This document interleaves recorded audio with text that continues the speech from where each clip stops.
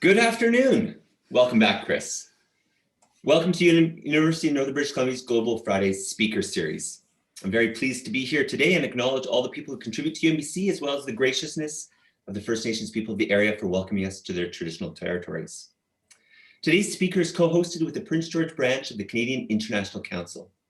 I'm very pleased to welcome CIC President Sean Simmons, who will introduce today's esteemed guest speaker. Sean.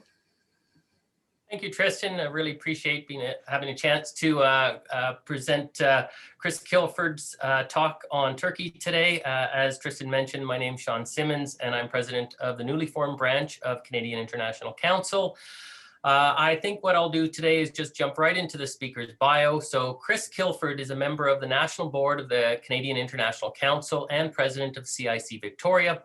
He holds a PhD from Queen's University with a focus on civil-military relations in the developing world. Chris has enjoyed a 36-year career in the Canadian Armed Forces and then served in the Defense Department of National Defense in Canada's Embassy in Kabul and as military attaché in Ankara, Turkey. Since retiring from the military, Chris has become a recognized expert on Turkish foreign policy and Middle Eastern political issues. Chris, please take it away. Well, thank you, Sean, and Tristan, thank you for the invitation to speak today. I'm always delighted to have these opportunities to speak about Turkey and the Middle East. I had the opportunity to spend 3 years in Turkey from 2011 to 2014 as the Canadian Defense Attaché in our embassy, responsible for keeping an eye on events in the region. And it was a very exciting time to arrive in Turkey. If you're in an embassy in a part of the world where things are always volatile, we were at the beginnings of the Arab Spring, and I was there to see much of it unfold. And the opportunity to go to Turkey for me was quite a surprise, because I never expected to go to Turkey, but I had studied a lot about Turkish history when I was doing my PhD, and my grandfather had fought at Gallipoli in 1915, and obviously lived to tell the tale, and was eventually evacuated back home after being wounded in 1917. I'd like to start my talk today by showing relating the fact that not much actually changes in the Middle East. If we go back and we look at the extent of the Ottoman Empire at the end of around 1699, when it was at its largest, and we look at the conflicts that were taking place in the Ottoman Empire after that date through the 1700s, 1800s. If you were to bring back the people from that time period, and I always make a reference to Mustafa Kemal Ataturk and Gertrude Bell and Lawrence of Arabia, if you were to bring them back, they would look at the map of what's happening today, and they would be able to probably see what was happening and understand what was happening within about 10 minutes, because little has actually changed. When you look at the demise of the Ottoman Empire, for example, the Italian decision to invade what we now know as Libya in 1911, and then you go 100 years later, where you see NATO toppling the government of Libya, the Gaddafi regime, and then getting bogged down there, and we see what's happening there. Again, little has actually changed. And I always like to also say, for Canadians who think that the Middle East is a long way away and we don't have much to say in the region, well, it's just not true, as I'll talk about in a minute. I think also so much is happening in the Middle East in a very small area. When you look at Turkey with a population of 84 million people, well, Turkey will fit very nicely into British Columbia, and you'll still have 200,000 square kilometers left over. And you can take the island of Cyprus and put it into Vancouver Island 3.5 times. So we see so much happening in the region in a very small area involving hundreds of millions of people. And it's sad to say, but not a lot has improved. Any dreams of the Arab Spring leading to major changes, well, it just doesn't happen. And also, things are happening there all the time. We just this morning learned that the United States had released an intelligence report where they clearly say that Mohammed bin Salman, the Crown Prince of Saudi Arabia, was involved in the assassination of Jamal Khashoggi in Istanbul in 2018. We all knew that anyway, but the United States releasing that information is pretty powerful stuff, and we'll see that play out in the next few days, I would imagine. So what I'd like to do now is just go back, and I'm going to make a series of observations and comments, and then we can come back in the question and answer period and maybe delve into things even more deeply. Now, as I said, Canadians have been involved in the Middle East for a very long time. It goes back to Gallipoli. Yes, it was the Royal Newfoundland Regiment that fought at Gallipoli, but there were 2 Canadian field hospitals on Lesbos Island, just off the coast of Turkey, looking after the wounded when they were being evacuated. We were there, obviously, during the Second World War. And then during the Cold War, we were often called upon to diffuse conflicts that were involving our closest allies. And the 1956 Suez Crisis is a perfect example, where that particular situation was only de-escalated by the arrival of a Canadian-led United Nations peacekeeping force. And we saw a similar thing in Cyprus in 1964 with the fighting between the Greek and Turkish populations on the island of Cyprus, and the introduction of a peacekeepers there in 1964. As I mentioned, they were largely Canadian, and here we are 57 years later, and we still have 1 Canadian peacekeeper there with the UN mission. And as the Cold War came to an end, the focus for Canada shifted. We became involved in the 1990-91 Persian Gulf War, and indirectly, we were involved with the US-led 2003 Iraq invasion, although in our parliament, we made it very clear that we weren't going to be there, and we did not support what the US did. And there were other circumstances that led Canada to become involved or entangled in the Middle East. When the Shah of Iran's regime, for example, was near collapse in 1979, it was Ken Taylor, our ambassador in Tehran. He managed to evacuate 850 Canadians from Iran, and in 1980, he hid 6 US embassy diplomats for a year until they were able to escape. And then during the 2006 Lebanon crisis, another crisis in Lebanon, just over 39,000 Canadians registered at the embassy in Beirut, and approximately 14,500 were evacuated during that period. We also played a leading role in the ouster of Libyan dictator Muammar Gaddafi in 2011. We had a lot of Canadian military assets involved in that operation, and the overall NATO mission itself was commanded by a Canadian general. We then moved on to join the global coalition to defeat the so-called Islamic State, Daesh, in September 2014. And over a very short period, our military footprint in the region grew considerably, especially our support to the Iraqi Kurdish Peshmerga forces in their fight against Daesh. And with Daesh on the run, our Prime Minister announced in July 2018 that we would assume command of a new NATO training mission in Baghdad. And we've recently handed command of that mission over to the Danes, but we still have military personnel in Baghdad, at least for the near future.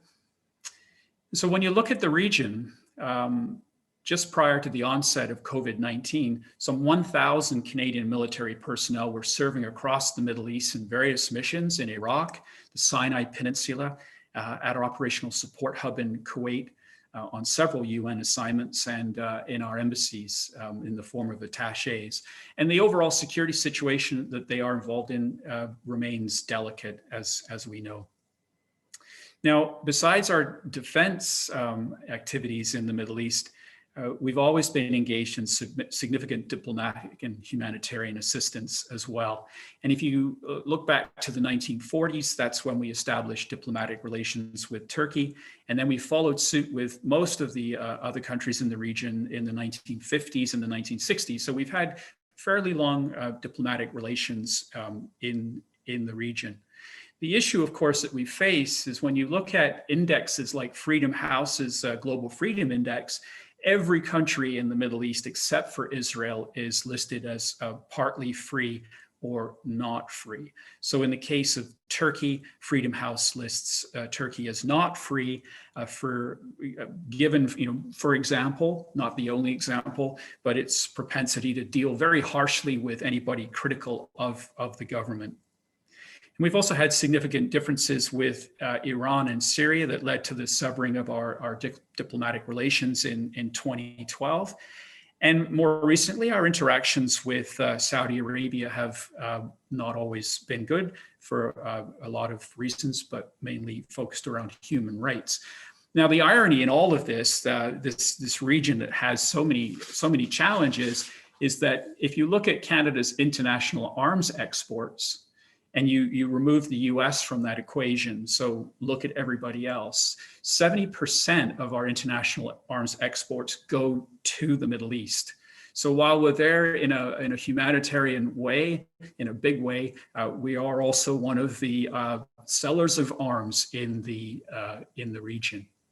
And speaking of arms exports, although Canada and Turkey, we enjoy reasonably good relations, since October 2019, we've actually had an arms embargo on Turkey, and it was extended indefinitely in April 2020. And it now includes new technologies as a result of the fighting between Azerbaijan and Armenia, and Turkey and Azerbaijan are very close, and we're helping them with the provision of drones. And these drones, we're using these Westcam optical systems that are built in Ontario.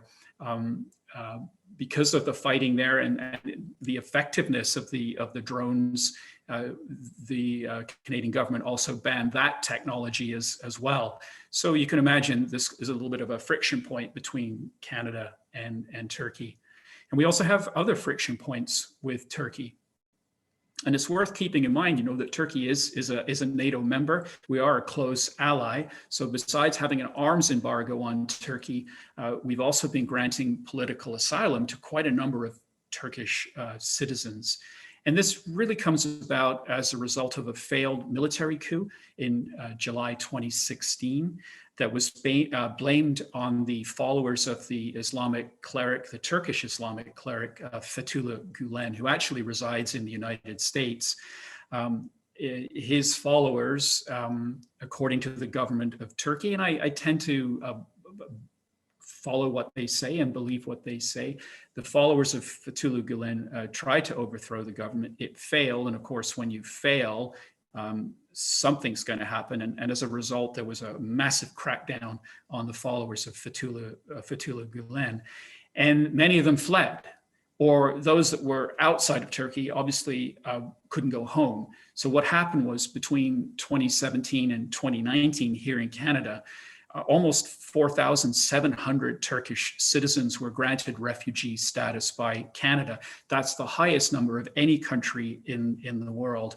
And while not every Turk claiming political asylum in Canada can be considered a member of the Gülen movement, for the immigration folks, I think generally they many of them, they accepted that many of them actually were.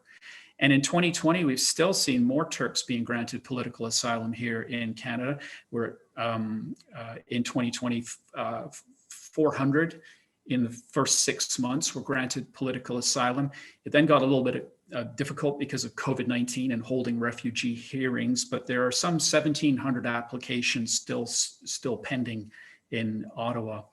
Now, why really is this important? Well, Turkey has labeled the Gülen movement, the followers of Fetullah Gülen, a terrorist organization. And so when they see countries like Canada granting political asylum to Gülen followers, well, you can imagine they're not very happy. And we are not the only country in the West that has done that, but it does create a friction point with the Turkish government. This failed coup attempt in 2016 also offered the Turkish government an opportunity to crack down on the opposition writ large. A presidential system that was introduced in 2018 has also centralized decision-making in Turkey, and a weak opposition doesn't really help matters either. And the media is largely acquiescent to the government itself. Now, on the other hand, for those that think that democracy might be dead in Turkey, we saw in the 2019 municipal elections, which are, fought like federal elections anywhere else. We saw the opposition win in the major cities, Istanbul, Ankara, Izmir, and several others. And so this points to the potential that the current government, led by Recep Tayyip Erdogan, could be in trouble when we have the next elections in Turkey in 2023. And it's an election that he would not want to lose because, first of all, the elections occurred just before the 100th anniversary of the Turkish Republic. But I would imagine he is worried because his electoral fortunes have been falling ever so slightly every time there has been an election, certainly after 2015, and he's now had to seek alliances with other political parties, such as the MHP, in order to maintain a majority in parliament, as an example. So it'll be interesting to watch what happens in the next couple of years. And in the meantime, Turkey is also facing numerous other challenges. Now, the first one, of course, is the influx of refugees that they saw from Syria because of the fighting. There are now 3.6 million Syrians in Turkey under temporary protection. And what does that really mean? Well, for example, every day in Turkey, 500 children are born to the mums and dads of the refugees. And so that population is growing quite rapidly. There are some 400,000 Afghan refugees that are also in Turkey, and refugees from other countries as well. So it puts a big strain on the Turkish economy, and they have had help from the European Union. Turkey will always say that it's not enough, and there's really no chance for this refugee population to go home. Some have moved into some areas of Syria that have been taken over by the Turkish government. But the fact that there's not really much chance, and I think there's a slow realization that it's come time now to begin thinking about how to integrate this population of refugees into the Turkish life writ large. And Turkey's also been having problems with the United States. And a lot of this has been revolving around a couple of things. One, in Syria, the United States has been working with the Syrian YPG, a Kurdish organization aligned with the Kurdish PKK in Turkey. The Kurdish PKK in Turkey has been waging a insurgency against the government since 1984. So you can imagine when the United States is supporting the YPG, which Turkey just considers to be an extension of their own PKK, they're not happy about that. And then the United States is not happy with Turkey because Turkey decided to buy the S-400 Russian air defense system recently. And that led to all sorts of trouble. For example, Turkey was involved with the F-35 jet fighter program, and suddenly they found themselves ejected from that particular program. And there is now a block on US foreign military sales to Turkey as well. So this is an area that we can talk about more in the Q&A if you like, because quite a number of observers have talked about ejecting Turkey out of NATO. Now, in addition to all of that, the Turkish economy is also challenged as well. Now, since 2001, when there was an economic collapse, the country has seen some impressive economic development. and it's one of the largest economies in the world. But because of the region and the internal issues that Turkey faces, foreign investors have begun to really shy away, and the Turkish lira has really suffered. Now, there's been a bit of a wholesale change at the top of the economic management pyramid in Turkey, with a view to finding some way out of the troubles that they currently face. And the IMF has come out quite strongly and said that Turkey needs to make some major economic changes, or it's going to have great problems in the future. What does that really mean from a dollar and cents perspective?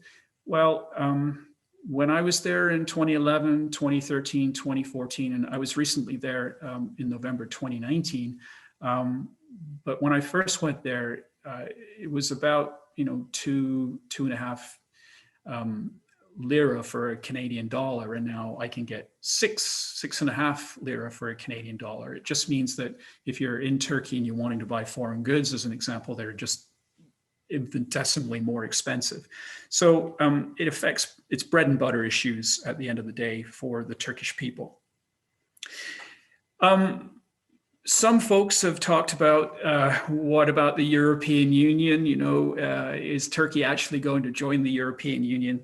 And I would say that I can't see that happening in the foreseeable future, although there have been negotiations that have taken place in the past.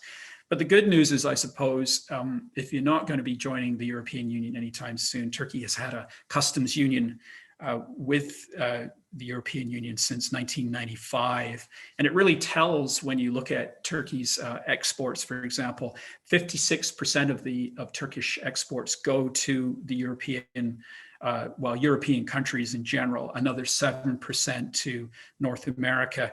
And when people talk about this potential pivot of Turkey to Russia and China, well, only 2.7% of Turkey's exports go to Russia, 1.7% to China. But where Russia actually does have a hold on Turkey in some respects is the fact that 12% of Turkey's imports do come from Russia, and that's mainly energy. And so Turkey is very reliant on Russia for energy supplies. And so sometimes when you see Turkey moving back and forth between the US, the European Union, and Russia and the future, they really have to look carefully at their interests and try to balance everything out. Now, it's tempting for a country like ours to remain at arm's length from Turkey and the Middle East in general, but our businesses have been engaged there for a very, very long time. We had a free trade agreement with Israel that began in 1997. And we now have other free trade agreements in the region as well. And we're seeing more and more immigrants, political refugees, and students flowing into Canada. And the lead country there is Iran. So more Iranian immigrants are coming than any other group in the region. More Iranian students are coming, and more Iranian refugees are coming. Now, plenty of Canadians also live and work in the Middle East and also visit. Now, it's been difficult to visit these days, but back in 2019, almost 132,000 Canadians visited Turkey. And that was actually down because Turkey had suffered through a number of terrorist attacks in 2015, 2016. And so we were getting larger numbers of Canadians visiting Turkey, for example, before that. But 9,000 Canadians live in Qatar, 6,000 live and work in Kuwait, some 35,000 Canadians live in Israel, even more in Lebanon.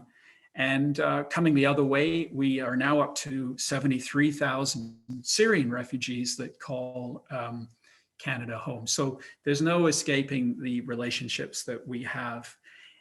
A bright spot most recently have been the Abraham Accords between Israel, the United Arab Emirates, and Bahrain, which could lead to more and more investments and a loosening of tensions in the region.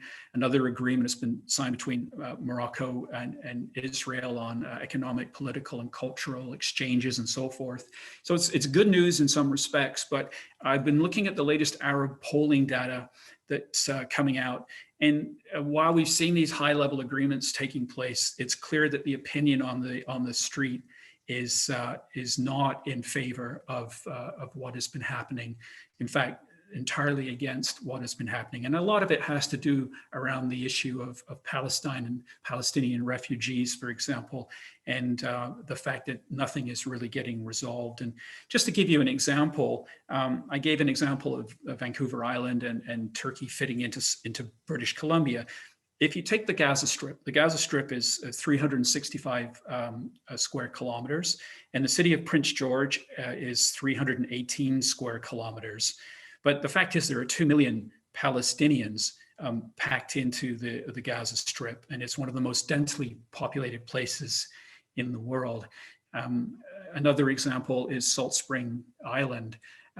Salt Spring Island, you can fit Salt Spring into the Gaza Strip twice.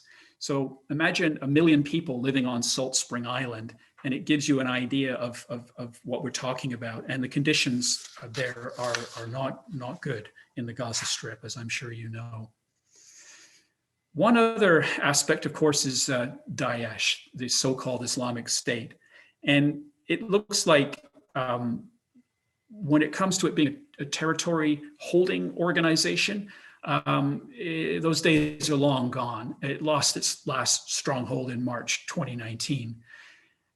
But also in the region, we find Bashar al-Assad still in power, and he controls, I use that word loosely, controls 2/3 of Syria's territory, including all the main cities, and roughly 12 million of the people are under his thumb, so to speak. But we have masses of refugees, of course, that are in the neighboring countries. And when we move around the map, we look at Iran. Iran is still facing near crippling US sanctions, but still remains steadfast in undermining America's general presence in the Middle East. And it influences what happens in the region through Hezbollah in Lebanon. And areas of Syria are still in the hands of the Iranian Revolutionary Guards. And when we look further afield, we know that Yemen is now one of the worst humanitarian disasters on the planet. So again, another side issue. When I do look at the Middle East, sometimes I look and I find that the only issue that you can get countries like Iran and Syria and Turkey and Iraq to actually agree on is keeping their Kurdish minority populations under their thumb. It's an area we can talk about in the Q&A if you like, but this is a holdover from 100 years ago where the Kurdish population has been split between 4 countries, and each are trying to find their own way, and it's again something to address in the Q&A. COVID-19 has also had a massive impact in countries like Iran and Turkey. Both have had very high case numbers, and it's much, much worse if you're a refugee in a camp in Syria where you're just trying to survive and then also facing COVID-19. And life in Saudi Arabia is also being upturned. Most recently, a sales tax was introduced in Turkey, or in Saudi Arabia. They had one, it was 5%, so it was like a GST, and it went from 5% to 15% overnight. And other benefits were taken away. And so the question for Saudi Arabia moving forward as more taxation comes into play is people will start to demand representation. Up until now, I think by and large, people have been happy to take whatever the government was willing to give them. But as conditions there get more challenging, I think you'll find that you'll see some pushback on the Saudi government in the future. In closing, I would just like to say that all the regional powers, Egypt, Turkey, Saudi Arabia, and Iran, they've all been weakened recently by a number of factors. And that means that we will not see any decisive outcomes take place in the region in the near future. Turkey itself is challenged internally. I often say it's at war with itself. And what I mean by that is it's been fighting the Kurdish PKK for decades. There just seems to be no resolution in sight. And now, of course, with the failed military coup in 2016, the clash between the followers of Fetullah Gülen and the Turkish government again mean that Turkey is fighting itself. And just in the last few days, another few hundred serving Turkish military personnel were arrested. We're now moving on to like 4 years after that attempted military coup. And within the military itself, people are still being arrested because of their alleged ties to the Fetullah Gülen movement. So it paints a very unsettling picture. But I will say, if you are Turkish and you're sitting in Ankara looking at the region, what you're doing actually makes sense because you're protecting Turkish interests. It may not be palatable to Western governments what you're doing, but because you are living in a very volatile area, you are being forced into many of these issues. And I think what's really important to point out is that many of the issues that Turkey is facing in the Middle East were caused by the West, if you like, toppling the Libyan government, attempting to undermine the Syrian government, the 2003 Iraq invasion, the decision by the United States to pull out troops in 2011 from Iraq, creating the space for groups like Daesh to form. Many people will point at Turkey as having a neo-Ottomanistic worldview at this particular point, but my counter argument is that the conditions that have led Turkey to become more and more involved in the region have actually been created in Western capitals. So the so what for all of this when it comes to us here, the Middle East will remain in turmoil for many years to come. And there are no quick solutions to the myriad of challenges that the people face in the region. Our ties in the region are growing. They're growing in the economic sphere and in the range of people-to-people contacts. And when you get involved in the region and you find Canadian-run gold mines in Turkey, or in Doha, Qatar, the University of Calgary is running a nursing school, and there are many, many other examples. It's incredible to see the depth of involvement, and the Canadian diaspora, but of course all the people that have come here and are now helping out back in their countries of origin too. This is also increasing and increasing. On the military side, the fact that we've been involved in the Middle East for so long means that we've developed a regional expertise. And I think the demand for that regional expertise is going to increase. We see, for example, NATO expanding its footprint in Baghdad. It's hard to imagine that there would ever be a NATO headquarters in Baghdad if you were looking at the region a few years ago. But here we are, we do see this now. So I think from a Canadian perspective, there's not a lot we can do on our own, but we will be working with like-minded allies in the future, and we will be in the region for a long time to come. Thank you. I'd be glad to take any questions. Thank you very much for that commendable performance, Chris, especially after the earlier disruption. I don't know if there's a soldier showing through, but your certainly ability to quickly adapt to changing circumstances is shown through in spades. Thank you for that great coverage of Turkey. Now, I guess I'm not sure how the questions should be handled. I think we're adding them into the chat box. Is that the plan still? Yes. So first of all, thank you, Chris. I want to second what Sean has said. Thank you so much for your composure and for continuing on. I think at this stage, I've enabled the chat function. I will leave it as a conversation between ourselves, whether or not you'd like to take questions via video and audio. That's totally an option. Otherwise, we can at least begin. And for those of you that are online right now, the chat function is open and you're welcome to add a question. So first, Chris, what are you comfortable with?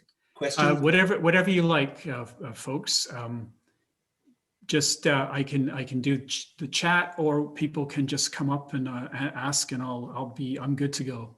Okay. So with that approval, I am going to allow people to. What I'll do is I'll do a blend. For those of you that have a question and you wish to ask it yourselves, please indicate so in the chat function, and at that time I'll unmute you and allow you to share your video. Otherwise, please enter it into the box. So to start off with, though, why don't we start with one that's already been entered into the box? The question goes like this. There was talk that the coup in 2016 was set up by Erdogan? Yeah, by President Erdogan. Right, Erdogan sent Yes. to power. Yeah, what are your thoughts on this, Chris? And yeah. Yeah, so Turkey watchers will know that 1952 Turkey join NATO. In 1960, they had their first, well, not their first by any means, but let's just say in the Cold War period, their first coup, 1960. It was a coup from below, from more junior officers. There were coups that followed in, well, actually there was a failed coup in 1962, a failed coup in 1963, a successful one in 71, 1980, 1997, and so forth. And then we fast forward to 2016. A lot of people do believe that that the government was somehow involved in that coup, that attempted coup, that they were actually the ones behind it, and it was going to be an excuse for them to clamp down on the opposition. You know, that's an interesting theory, but it would have required a lot of people to actually have been involved in a false flag coup, and a lot of people willing to go to jail like they have for life for being involved in that coup. The fact is, before the attempted military coup took place, the Gülen movement, the followers of Fetullah Gülen and the government, who I should say were aligned in their interests beforehand, but by 2013, the two sides had begun to fall out. And already the government was clamping down on the Gülen movement. They were closing their university preparation schools. They were closing their newspapers. It was getting quite visceral, actually. And there really wasn't any need for a big excuse to clamp down on the opposition. It was already happening. It just allowed, the attempted coup allowed the government to put things onto fast forward. And like any case, people get sucked up into it who are perfectly innocent. But I don't believe that the government itself conducted a false flag operation. I do see this as an attempt to unseat the government. And unfortunately, if you were behind that coup, it failed. And many people have gone to jail as a result of that. But it's been quite divisive because people obviously believe what they wish to believe. And it affects even things at the local level, even on Vancouver Island, where the Turkish community has split apart. We don't get together like we used to because people are wary of one another, and so the impact has been quite large. But I don't believe that it was a false flag operation. I mean, we had over 250 Turkish citizens were killed. Thousands were wounded. It's been 4 to 5 years since. We've had no indication, no people coming forward to say that, yeah, actually we plotted to do this and it was really not real, and so forth. So I think if you were in Turkey and a F-16 jet fighter was flying over your head and breaking the sound barrier and dropping bombs on you, it was probably felt like it was real. Thank you, Chris. The next question is about immigration from Turkey. The question is, what should Canadian policy be? What challenges does this region present to a more or reduced flow of immigration? Well, we have seen an increase in immigration, but it doesn't compare to the numbers of people that we see coming to Canada from China and India and from Asia writ large. In some cases, we've responded to humanitarian issues on the ground in places such as Syria by bringing people here, and in Iran as well. And that's, makes up a larger number of refugees. I think, I don't think there's any special program to bring people from the Middle East here who are just general immigrants. But what should our policy be? Well, I listen, this is a diverse country, so you want people coming from everywhere because they're all going to contribute. And you hope, I mean, look, when I was in Afghanistan, I was really pleased to see how many Afghan Canadians who had come to Canada years before were now returning to Afghanistan to lend a helping hand. So you would hope as the years progress, I mean, look at the Syrian community here. In the years to come, they will, would imagine, be lending a helping hand in Syria and in the region. So I think that bringing people from all across the world is important. I don't think we need to single out any particular place, but that's all I have to say there. Thank you. The next question is from Dennis Covton. And Dennis, I'm going to unmute you. Yeah. Hi, Chris. Thank you for being here. Dennis. My question is less about the Middle East and more about a somewhat different region. As a military attaché in Turkey, you also covered Azerbaijan. So I would like to hear your thoughts on Nagorno-Karabakh and the Turkish involvement in Nagorno-Karabakh situation with the Azeris. And also, what is the wider strategies that the Turks have for the Middle Asia and the stans? For example, in 2017, President Nazarbayev decided that the Kazakh language would go to Turkic-inspired Latin writing system, replacing the Cyrillic. So how is Turkey going to make further inroads, and what is its strategy in terms of economics and its security interests in post-Soviet Middle Asia in particular? Thank you, Dennis. That's a great question.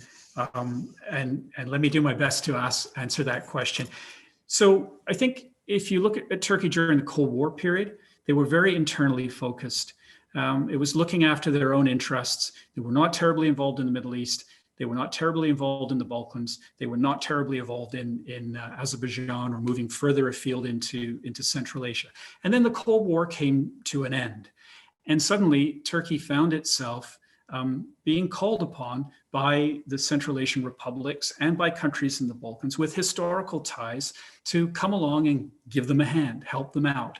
And we interestingly saw an expansion of, for example, Fetullah Gülen's schools and so forth in Central Asia, supported by the Turkish government as a way of having soft power influence in the region. And so suddenly, perhaps with Turkey's wasn't really focused in these areas, didn't have the diplomatic side, the staff to handle things, but suddenly found themselves thrust into the region as Russian influence began to fade. And then we see some of the fallouts of the end of the Cold War. Of course, the fighting between Armenia and Azerbaijan in the early 90s, which led both sides to being dug in like the First World War in their trench systems. And for those that don't know, Nagorno-Karabakh it's inside Azerbaijan. It was populated by an Armenian population for the most part. And during the fighting, Armenia was able to hold that area, but also grab a whole lot of Azerbaijani territory at the same time, which then caused a refugee outflow towards Baku, the capital of Azerbaijan. So up until recently, Nagorno-Karabakh, Armenia, they were not only holding Nagorno-Karabakh with its Armenian population, but also a large chunk of Azeri territory. And despite various diplomatic interventions, nothing was happening. So it was the status quo. And there were always soldiers along that line of contact being killed day after day, etc., in exchanges. However, with Turkish support, we recently saw the fighting there increase. And the Azeri forces, supported by Turkish know-how, I can't guarantee who was flying those drones over Nagorno-Karabakh positions, but somebody was, and they were incredibly effective, and large numbers of Armenian troops and weapons and so forth were being destroyed. And Azerbaijan succeeded in grabbing back a lot of the territory that they once had, and everything was only brought to a close by the intervention of Russia. And we now see a Russian force there. I don't know where it's going to go. I mean, Azerbaijan succeeded to a degree, but it's not been totally resolved. But it was Turkey. Turkey and Azerbaijan are friends, and Turkey saw this as as an opportunity, and it's that's their decision to make. But it does point, as you say, Dennis, to an increasing Turkish presence throughout the region, whether it's supporting the government of national accord in Libya, or the government in Azerbaijan, or Qatar, etc., or Somalia. Turkey has become, since the end of the Cold War, and since various Western interventions in the Middle East, it's been drawn into areas of the region that during the Cold War, it just wouldn't have happened. So fine, but it also puts a tremendous strain on the Turkish economy in order to be able to do all of this, and increasing military budgets as well. So yeah, you can go, when I was in Azerbaijan, if I was speaking Turkish, people would understand to a lesser degree in Turkmenistan. I think it's a little bit more challenging right now because of COVID and economic issues for Turkey to do more than it currently does. But Azerbaijan was certainly, Turkey had a big role there for sure. Thank you, Chris. The next question is from Gerald Wright. And Gerald, I will unmute you if you'd like to ask that question live. And if not, I'm happy to read it. No, that's good, Chris. I'm quite fascinated by the possibility that there will be, in fact, a diminishing American presence in the Middle East generally, in view of the increasing challenges that are coming from Asia. And we saw a harbinger of that in the Obama pivot to Asia, and I suspect that we'll see that continue under Biden. What is your hunch? I mean, you can't do better, I'm sure, than have a hunch on something like this, because none of us know, but what is your hunch as to whether less American attention to the region would bring greater or lesser stability? Oh, thank you, Gerald. You know, I was on another webinar this morning listening to Ambassador Ford, who was the American ambassador to Syria when things started to fall apart, and some of the Syrian opposition were there too, and demanding that the United States do more to sort the situation out. And he was saying, well, what do you want us to do? I mean, short of invading, how are we going to fix this? How do you want us to fix this issue? So quite a few things here to unpack. I mean, it was the decisions taken by previous U.S. administrations that have led to a lot of the issues that we currently see in the region. We talk about pivoting to Asia, but I don't see it. I mean, yes, we can put some frigates in Asia, we can do some other things, but it's the Middle East that tends to draw us in. I don't think Iran ever imagined that they would have a NATO headquarters in Kabul on one side and a NATO headquarters in Baghdad. And no matter how we might point out that they're benign organizations just lending a helping hand, that's not how it's seen in Iran. We saw talk when the Trump administration was in that the presence in Syria would be withdrawn, but we know that actually didn't happen.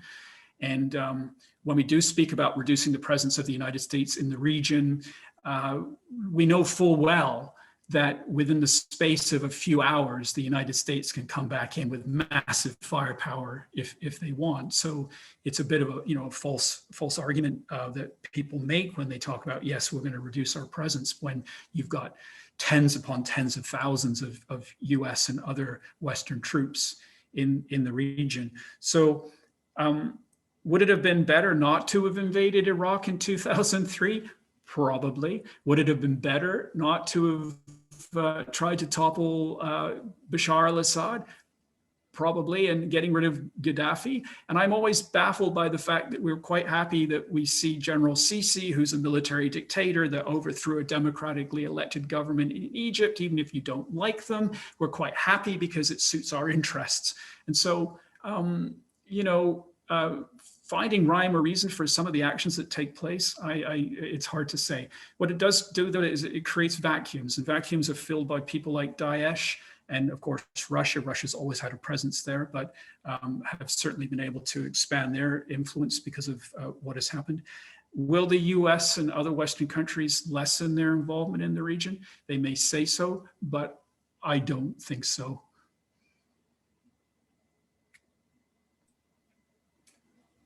Thank you, Chris, and thank you, Gerald. The next question is from Brian Desa. Brian, if you'd like to ask this question directly, you may do so. Otherwise, I'll read your question.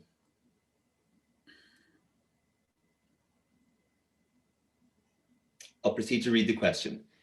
It reads, Chris, you said that 70% of Canadian arms are exported to Turkey.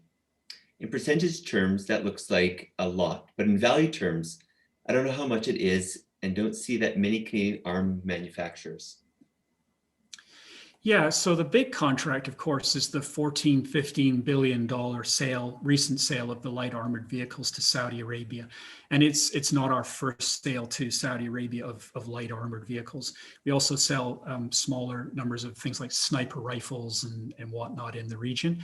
And to Turkey, we sell not whole weapons, but we sell, for example, the drones. There'll be motors, there'll be camera systems, the camera system being critical to the success of the drones. And there are other bits and pieces of weaponry that flow into the region. I think our Turkish military sales were $116 million in 2018. So it's the Saudi contract that's huge, the current one.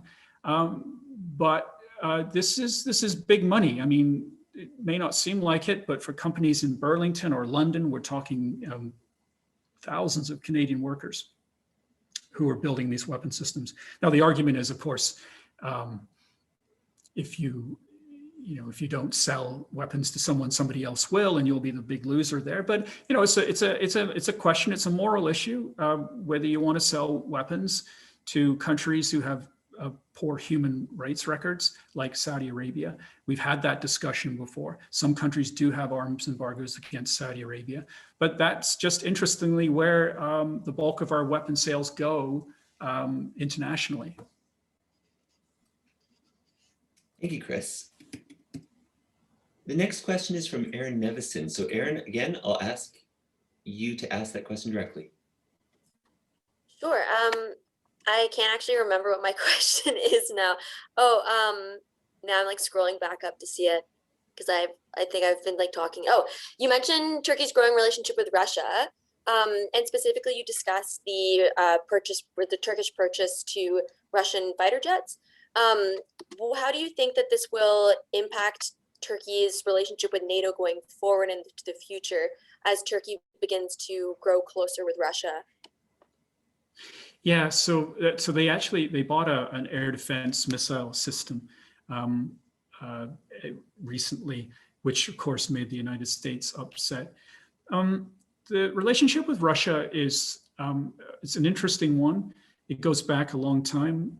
Turkey and Russia have been adversaries over many centuries. The relationship has gone hot and gone cold. Turkey has purchased Russian weapons before, but the S-400 was a real step up in terms of a big monetary deal. Turkey will then quickly point out that Greece purchased the S-300 air defense missile system from Russia. It was a deal that Greek Cypriots did, and then then Greece actually had to take it over. But then Greece did go and buy another system called the Tor-1. It's a low-level air defense system that they went and bought themselves from Russia. So Turkey will say, well, quit pointing the finger at us when others are doing it. But it didn't go over well. And does it really point to a closer relationship with Russia? I think when you look at it from the Turkish perspective, they are stuck with Russia. Russia provides them with a lot of their energy. Turkish companies are very busy in Russia. A lot of construction companies, a lot of agricultural produce goes from Turkey to Russia. It's a very important relationship. And then you found, like in 2015, Turkey shot down a Russian fighter jet. And then a year later, the Turkish ambassador was speaking in Ankara at an event, and he was shot dead, assassinated on television by a Turkish policeman. So very, very low points in the relationship with Russia. And I think in some respects that deal for the system was done because Turkey was fed up that they couldn't get Western technology. So Russia was offering it, but they also had to make a gesture, if you like, to Russia. And so they bought the system, and it has caused them headaches. But what I always say about Turkey, it's no different from İsmet İnönü in the Second World War, where everybody wanted Turkey to come into the war on their side, and he had to walk a very fine line. And so if you fast forward to today with President Erdogan, and I know a lot of people don't like President Erdogan, but he has to also walk a very fine line, trying to balance all of the people that are pulling on the edges of Turkey just because of where it actually is. So Turkey looks out for its interests. It makes decisions. Sometimes they're not the best. But I certainly wouldn't want to be in their position because they have so many things to deal with just by nature of where they are. Thank you, Chris. The next question we have is from Sarah Ash. So Sarah, I will ask you to unmute and ask directly. Hi, Chris. Thank you for your presentation, firstly. As a fourth-year Global and International Studies and Political Science joint major here at UNBC, I was just wondering how and if Canada's recognition of the Armenian genocide has impacted the Canadian-Turkish diplomatic relationship. Yeah, thank you, Sarah. That's a great question, because in 2004, of course, we did recognize the Armenian genocide. And at that particular time, we were one of the few. And so what it did mean, and I don't know if it's still the case, but what it did mean is if you were having an official visit with the Turkish government in some capacity, you would be lectured, if you like, at the beginning of the meeting that decision was wrong and we needed to pay attention to historical facts. And you would have to get that out of the way before the actual meeting could take place, because of course nobody likes to be accused, even though it was the Ottoman period, no one wants to be accused of having been behind a genocide. So our recognition of the genocide in 2004 did create a friction point, if you like. But what's happened since 2004 is that more and more countries, their parliaments, states within countries like the United States and Australia have recognized the genocide. And so what it means is that we're not standing out as much as we used to, I suppose. And there's, I think, been a general realization that it is what it is, and Turkey doesn't like this. I think the Dutch parliament just passed some resolution yesterday about the Armenian genocide. They definitely do not like it, that's for sure. But in terms of Canada being singled out these days, there are other issues now that are out there that caused friction between the two countries. Although I have to say, I mean, the relations are good, and we're strong trading partners. Yeah, thanks, Sarah. It's not there as much as it used to be in terms of a friction point, in my view. Thank you, Chris, and thank you, Sarah, for that question. The next question is from Benjamin Hunt. Yeah, hi, Chris. Thank you. Great talk so far.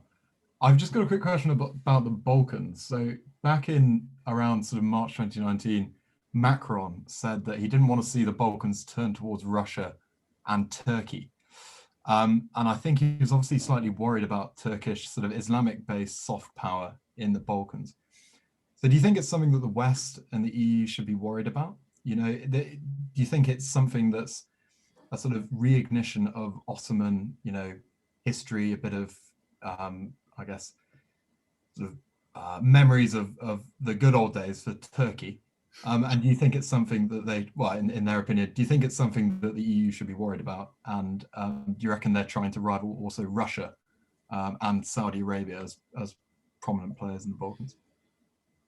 Oh, yeah. Hi, Ben. And it's good to see you here from the UK. In the Balkans, again, with the end of the Cold War, countries there, of course, they went through a horrible period in the 1990s as the former Yugoslavia broke apart, and we continue to see friction happening. And for some populations there, turning to Turkey was really one of the few options that they had. And for Turkey, I think it was a surprise also to find that they were being called upon, not only in Central Asia, but also in the Balkans to lend a helping hand. And Turkey was quite willing to do that. And so you did see various humanitarian groups, et cetera, in the government moving in to lend that helping hand. Is it nefarious? Is it trying to expand Islamic influence? I don't think so. I think it's just circumstance, and it offered an opportunity for Turkey to play a leading role, and they took it because it happened that way. Should the EU and others be concerned? I think on the list of things, it's probably quite low. I think if you're in the EU, you're always worried about other influxes of refugees. What happens if the Idlib pocket in Syria collapses and there's an influx of refugees to Turkey? Will we see some more trouble taking place up on the Greek border, etc.? I think then, of course, is Daesh really over with? There are other concerns. So I think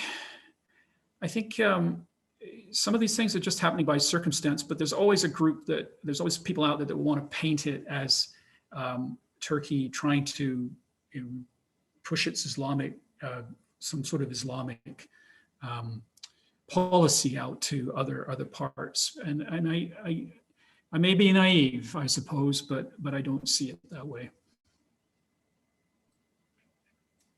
Thank you, Chris. Our next question is from Don Scott. Hi, Chris. Hi, Don. Me again.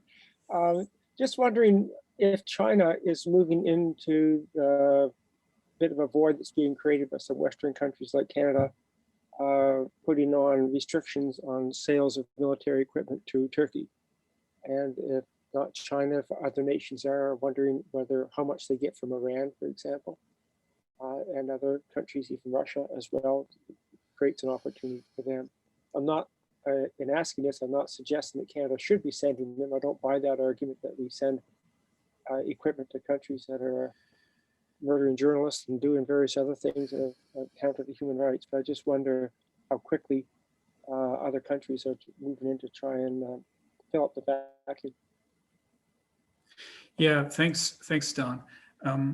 Yeah, so the relationship with Iran is quite an interesting one because there have been sanctions on Iran, but lots of fingers pointed at Turkey helping Iran move around those sanctions for mutual interests. In the case of China and weapon sales and overall influence, sales to, Turkey is taking more and more Chinese exports like us, so there's no real difference there. When I was there in 2012, 2013, the Chinese government were celebrating the fact that they were going to be selling the Chinese S-300 air defense system to Turkey. And that, of course, was causing a lot of issues in Western capitals. But that deal fell through. It didn't happen. I'm not sure who put pressure on who, but it just didn't happen. But then, fast forward a couple of years, Turkey ended up buying the S-400 system from Russia. But, there's no question China is making inroads throughout the Middle East. The majority of Saudi Arabia's oil exports are heading to China. And so that relationship throughout the region is growing. I think it's to be expected because, China is a big country. And it's a market, and the countries in the region in the Middle East are going to take advantage of that.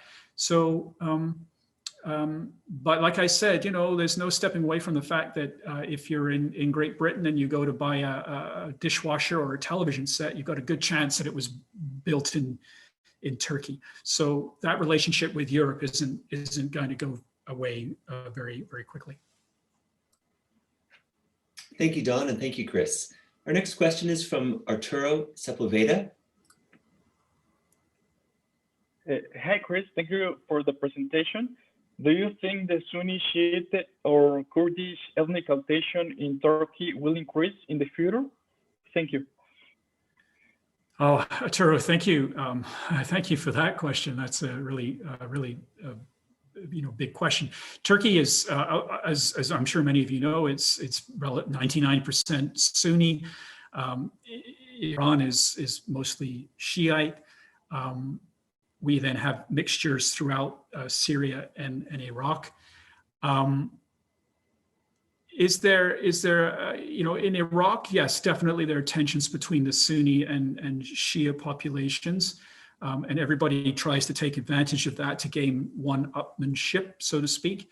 And then if you move into Turkey itself, it has a Kurdish population. It's mostly Sunni, and many Kurds support the government in Turkey, and of course many don't.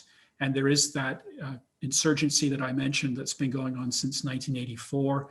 I had a chance in 2013 when there was the beginnings of a peace process to travel into the region, into Hakkari and so forth, to see things for myself. But since then, in 2015 and 2016, we saw some of the worst fighting that you can imagine happening in Eastern Turkey. And of course, again, this is a NATO country, it's an ally, and they are facing tremendous challenges. And it has been on both sides, let's say, very, very ugly, what has happened there over the years. What does it mean going forward? Well, it's going to be a big issue. It's going to be a big issue for things like demographic reasons. The Kurds in Turkey and all through the region are not going away. All of them are looking to have some degree of autonomy, whether it's the Kurdish regional government in Iraq, Rojava as it's now known in Syria, even in Iran, but Iran keeps things under a fairly tight grip. But then you move into Turkey and you find that, I think it was in 2018 that the Turkish population, and I have to be careful here because Turks and Kurds intermarry, of course, but if you look at the Turkish population writ large, the Turkish statistical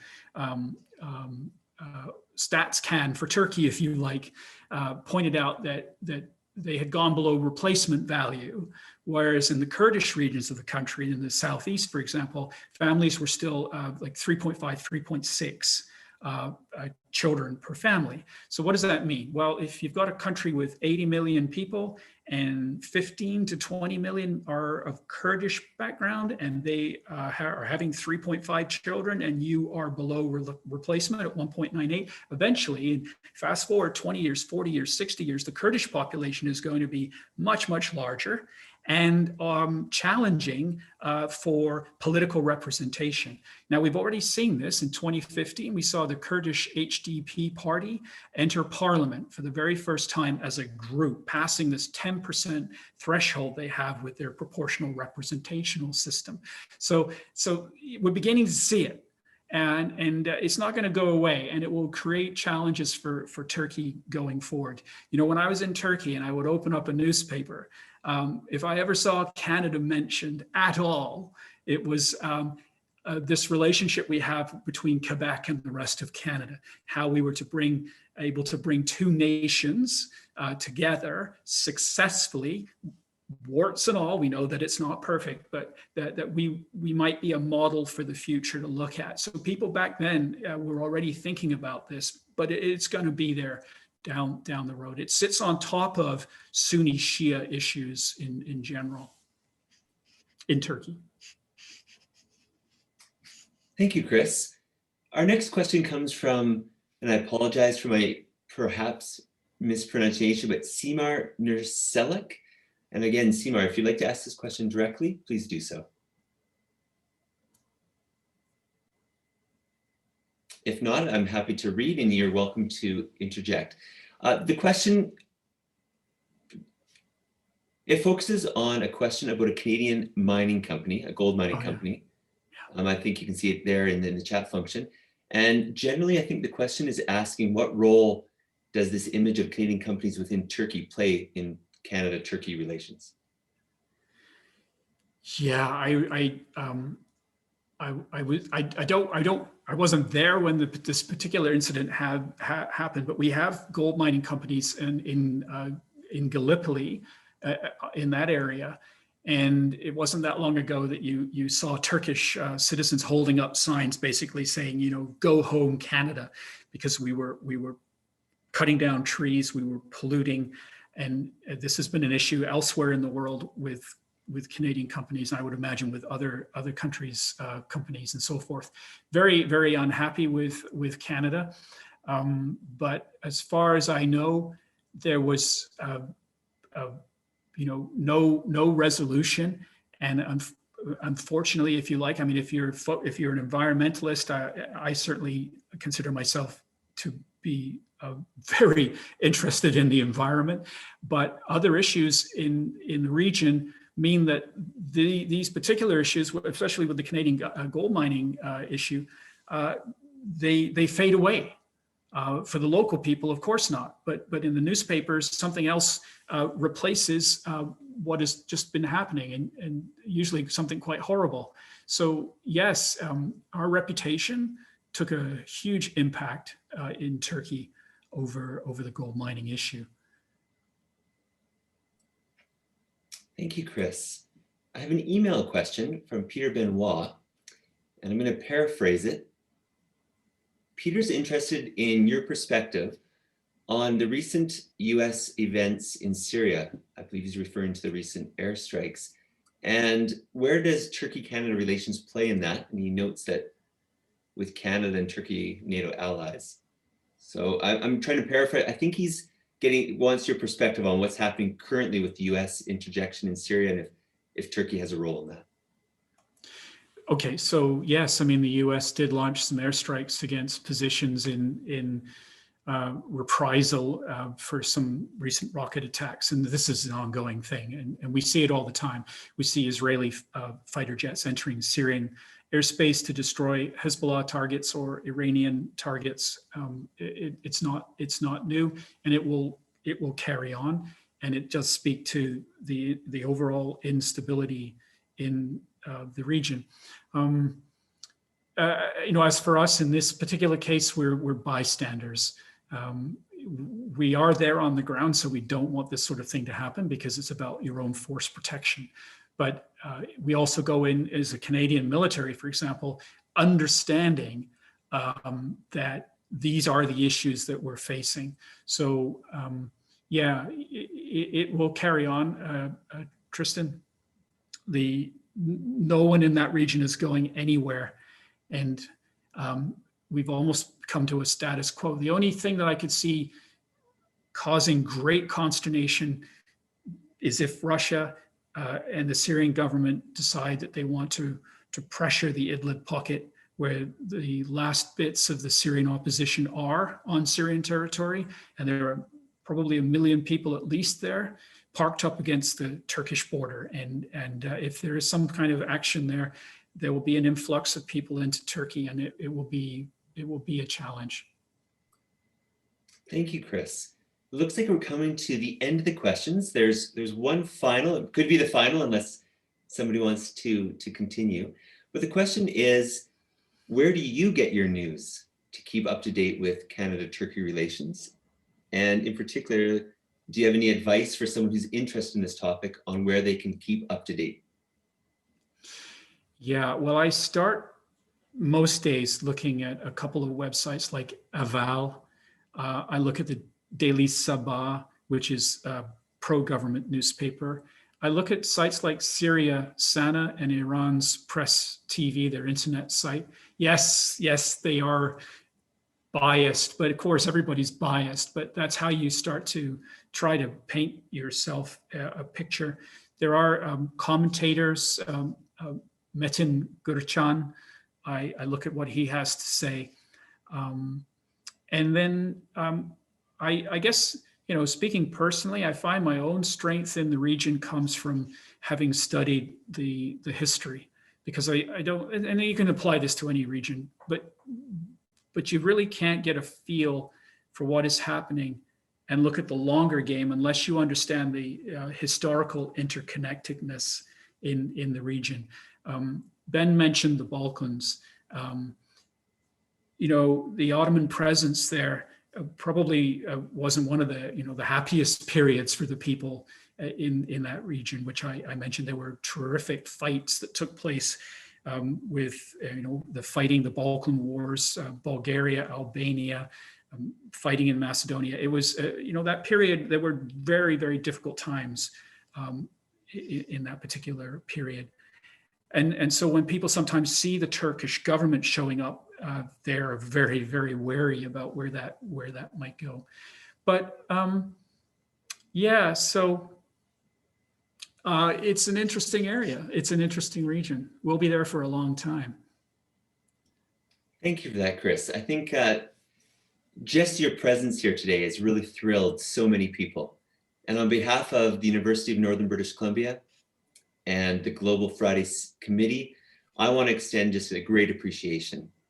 You've brought a great expertise, not only to the people here online, but just sparked a lot of interest and reinvigorated interest in others in this issue.